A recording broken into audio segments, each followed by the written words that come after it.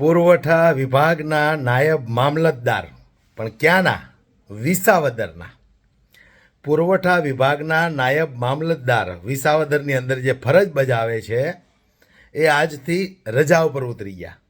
હવે આને તમે ગોપાલ ઇટાલિયાનો ડર સમજો કે પછી ચોરાયેલું અનાજ છે એને એ ચોરને પકડવા માટે પાછળ ગયા છે. તમારે જે સમજવું એ સમજો. પણ ખરેખર ગોપાલ ઇટાલિયા જેવા નેતા દરેક રાજ્યમાં દરેક જિલ્લાની અંદર હશે ને તો જ આપણા દેશનું આ ગુજરાતનું કલ્યાણ થશે અને આ ભ્રષ્ટાચારીઓ ભાગશે. આ તો હજી રજા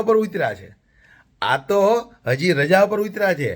રાજીનામા દેવાની તૈયારી રાખજો, કારણ કે આ ગોપાલ ઇટાલિયા છે, કોઈને બક્ષવામાં નહીં આવે. એટલે ભાઈ રજા પર ઉતરી ગયા છે. અનાજનું હમણાં જે કાંઈ કૌભાંડ આવ્યું તો એ કૌભાંડીને પકડવા પડે, પ્રેશર આવે, એટલા માટે ત્યાંના નાયબ મામલતદાર રજા ઉપર ઉતરી ગયા.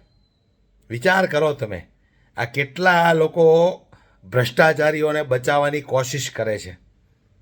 ક્યારેક તો આપણને એમ લાગે કે આ લોકોની પણ અંદર મિલીભગત હશે.